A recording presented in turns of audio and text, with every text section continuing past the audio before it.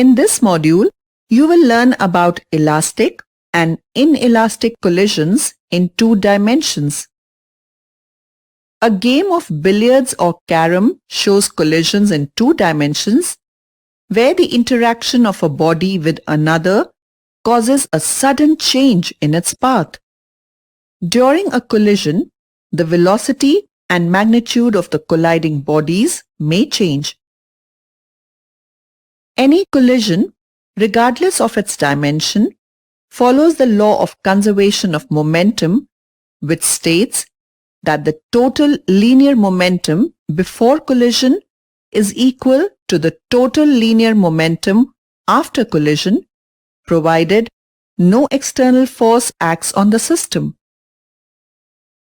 Let us consider two bodies of mass m1 and m2 with velocities u1 and u2 before collision.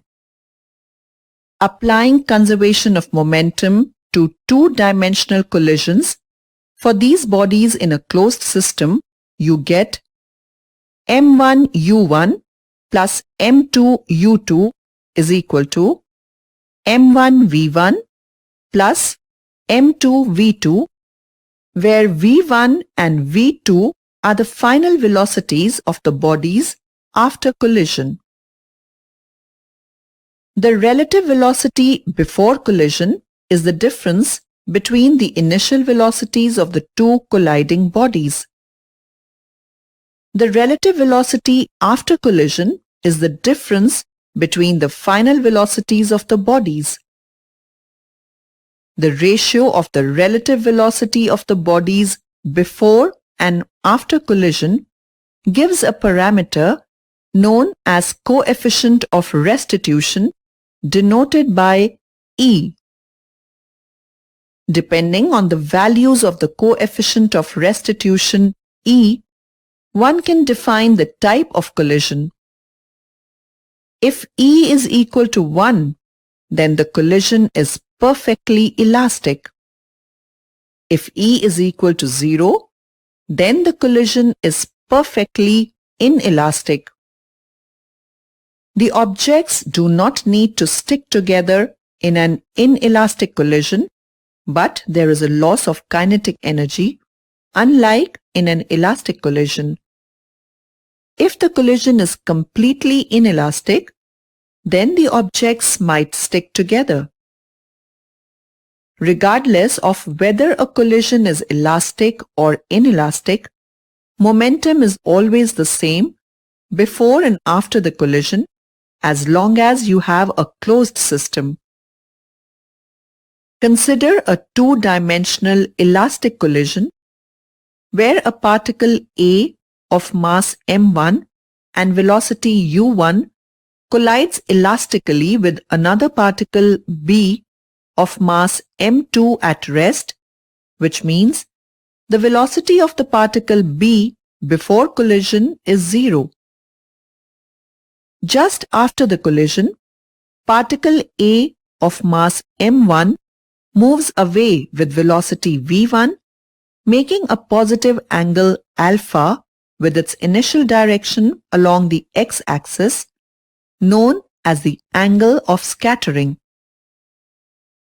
On the other hand, particle B of mass m2 moves away with velocity v2, making a negative angle beta with its initial direction of motion along the x-axis, which is known as the angle of recoil. Since the collision is elastic, the total momentum and the total kinetic energy of the system are conserved.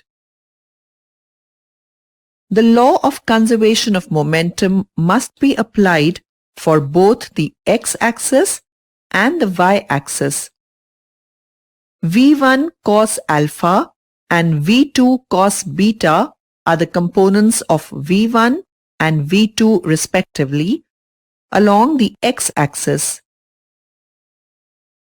Hence, according to the law of conservation of momentum applied along the x-axis, m1 u1 plus m2 u2 is equal to m1 v1 cos alpha plus m2 v2 cos beta.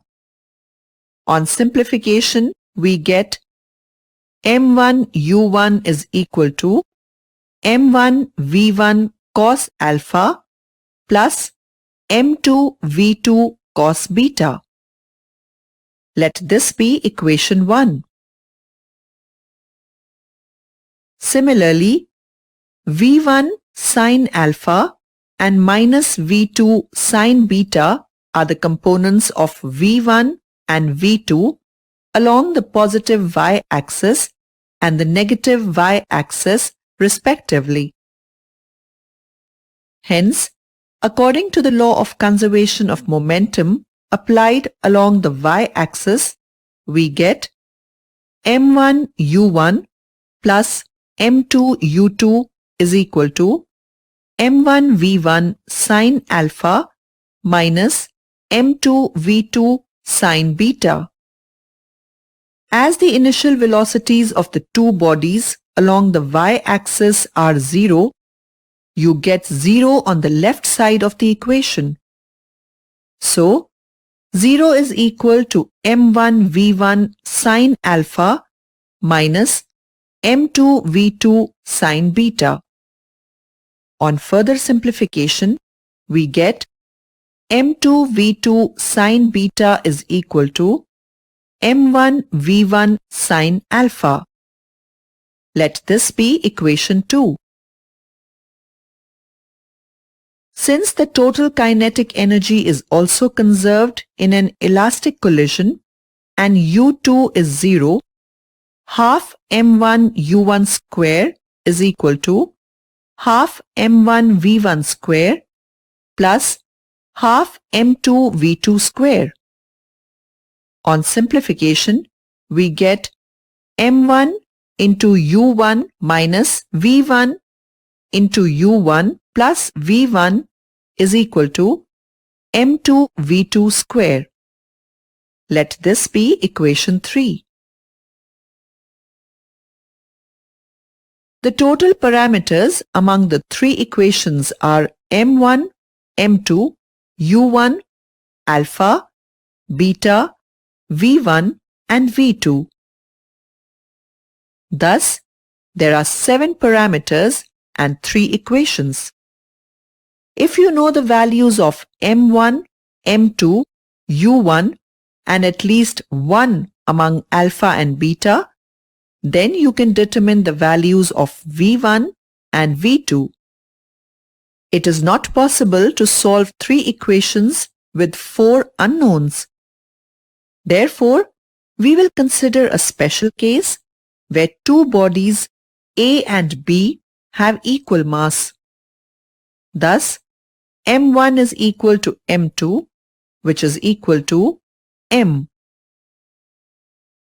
Rewriting equations 1 to 3 based on these values, we get 3 equations. u1 is equal to v1 cos alpha plus v2 cos beta. Let this equation be 4. 0 is equal to v1 sin alpha minus v2 sin beta. Let this equation be 5. u1 square is equal to v1 square plus v2 square. Let this equation be 6.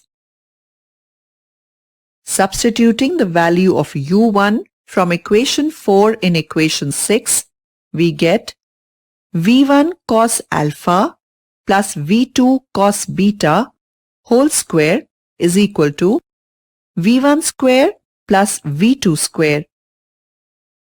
On solving this equation, we get v1 square into 1 minus sin square alpha plus v2 square into 1 minus sin square beta plus 2v1 v2 cos alpha cos beta is equal to v1 square plus v2 square.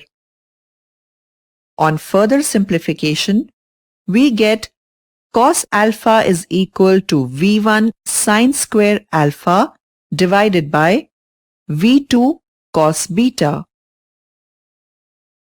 However, cos of alpha plus beta is equal to cos alpha cos beta minus sin alpha sin beta. We also know from equation 5 that v1 by v2 sin alpha is equal to sin beta. Now substituting this in the equation above, we get v1 sin square alpha by v2 cos beta into cos beta minus v1 by v2 sin square alpha, which is 0.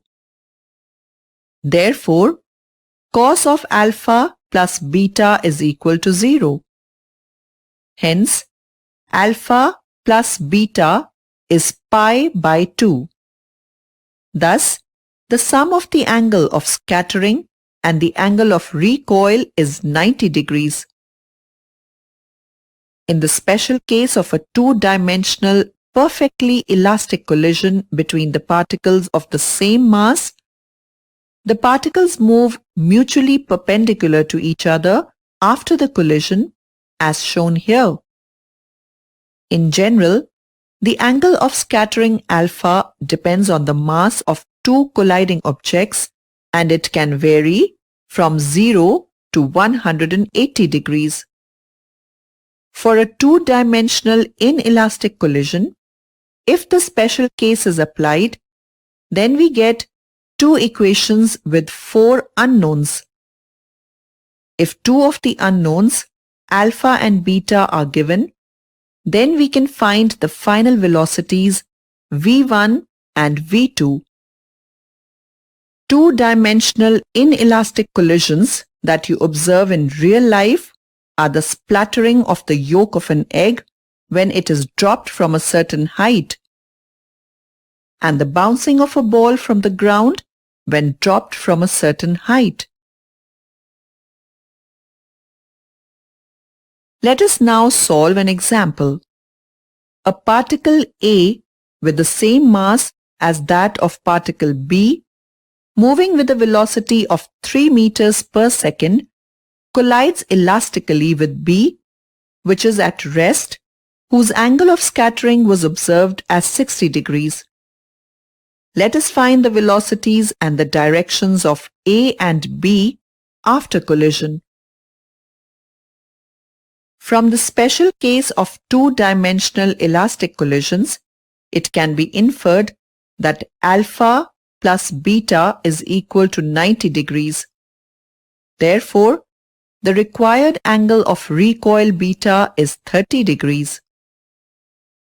As per the law of conservation of momentum, the x component of the velocity of particle A is 3 meters per second. Using the same in the required equation, we get 3 is equal to v1 cos 60 degrees plus v2 cos 30 degrees.